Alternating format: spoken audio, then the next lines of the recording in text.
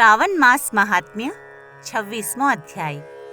ભગવાન શંકરે સનતકુમારને કહ્યું, હે વિપ્ર, મેં તમને શ્રાવણ માસના અમાસના દિવસે કરવાના કાર્યોના વિશે કહ્યું. પ્રસંગવશ મને જે કંઈ યાદ આવ્યું છે તે કહું છું, સાંભળો.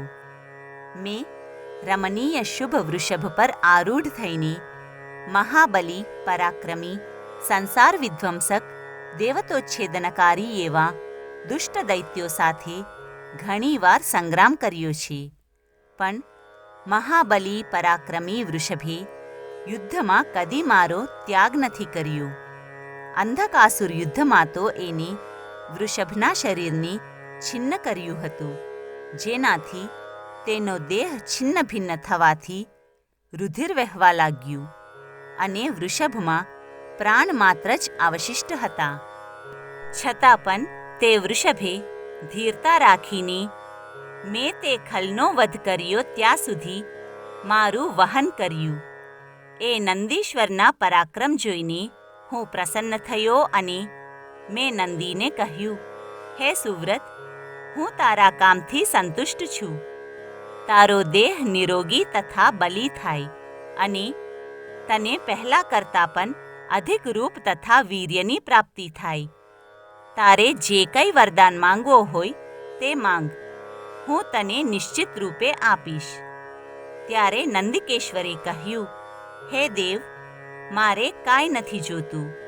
તમે મારા પર સંતુષ્ટ છો, એનાથી મોટું શું વૈભવ હોઈ શકે? મહાદેવ, સંસારના ઉપકાર માટે હું તમને એક યાચના કરું છું. તમે જે શ્રાવણ માસના અમાસના દિવસે મારા પર સંતુષ્ટ છો, એ દિવસે ગૌ સહિત મૃત્તિકા વૃષભોનું પૂજન થાય તથા આજે અમાસના દિવસે કામધેનુ સદૃશ જન્મ થાય.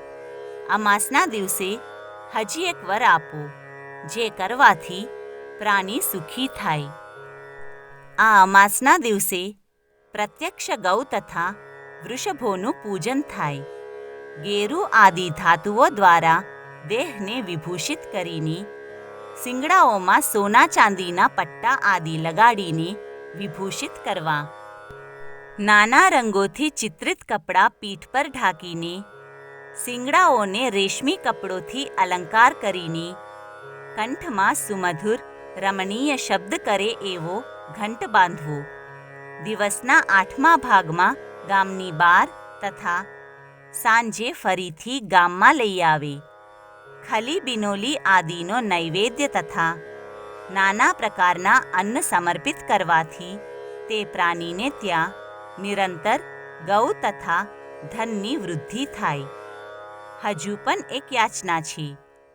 જે વૃષભ કામ ના કરતું હોય તે પણ ઘાસ ખાતું રહે અને જલપાન કરતું રહે. મહાવીર બલવાનને પોલ કહે છે, માટે આજનો દિવસ પણ પોલ કહેવાય છે.